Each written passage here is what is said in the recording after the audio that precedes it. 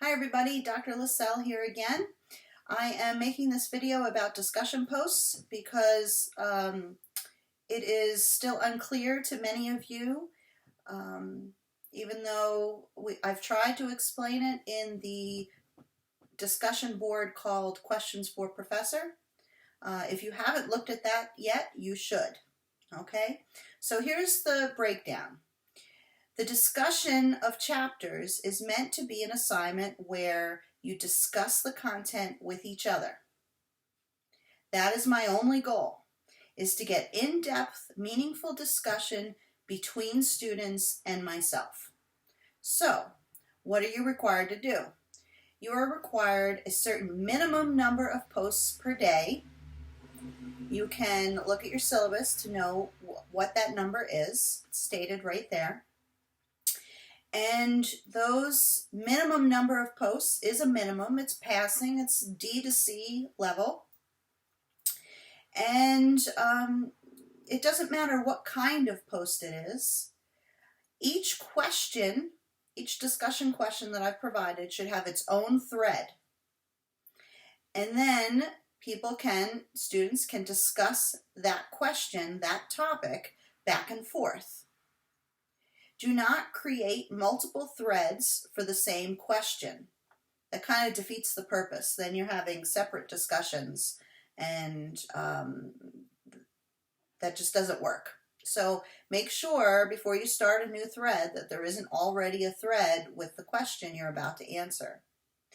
Now, it doesn't matter to me if you're posting the first answer to the question, or if you're replying to another student, or you're several rungs down on the discussion and you post something.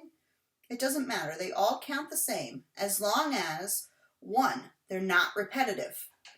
You cannot answer the basic question and say the same thing that somebody already answered the day before, right? So you have to read the back posts. You have to read the posts that already happened to make sure you're not being repetitive.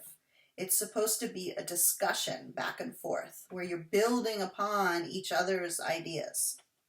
So one, it can't be repetitive. Two, it needs to be in-depth, meaningful, thoughtful type of post. So for example, a post that says, "Yes, I agree with you," and that's it, that would not count as a post at all. So make sure each post has some thought behind it.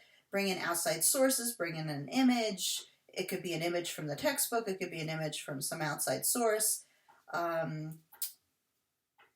Any of those are fine, okay? So it could be a reply to a student. You can make more than one reply on the same thread. You can continue a discussion. Somebody asked me that too, if it was okay to continue discussing after they posted once in that thread. Yeah, of course. Post as many times as you want in a particular thread.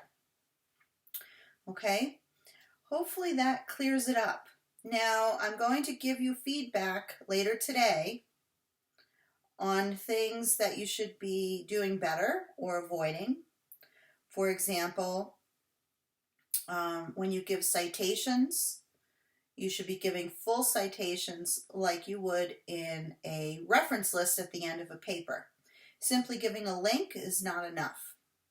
Like I said, I'm grading lenient this week, so it's not a big deal this week, but next week it will definitely matter. Then, for example, using sources like Wikipedia or citydata.com, those sources are not exactly appropriate. Anybody can post in Wikipedia, first of all. Second of all, Wikipedia and CityData consistently have incorrect information on their websites. So what you should do is go to the original primary sources. So with Wikipedia, you can scroll down to the bottom of the page, find their sources. Sometimes there's even links. Go to those sources, find the information from the original source. Same with citydata.com. Just go to the Census Bureau website and get the data directly from there instead of relying on city data to copy and paste, because they don't always copy and paste correctly. Okay, so things like that I will give you full feedback on later today. I wanted to clarify the discussion posts. Hopefully that clarified it. Most of you are doing great, and the discussion's been going well, and I've been making comments as to the repetitive nature of things when that occurs, that sort of thing. So keep up the good work and have a great weekend.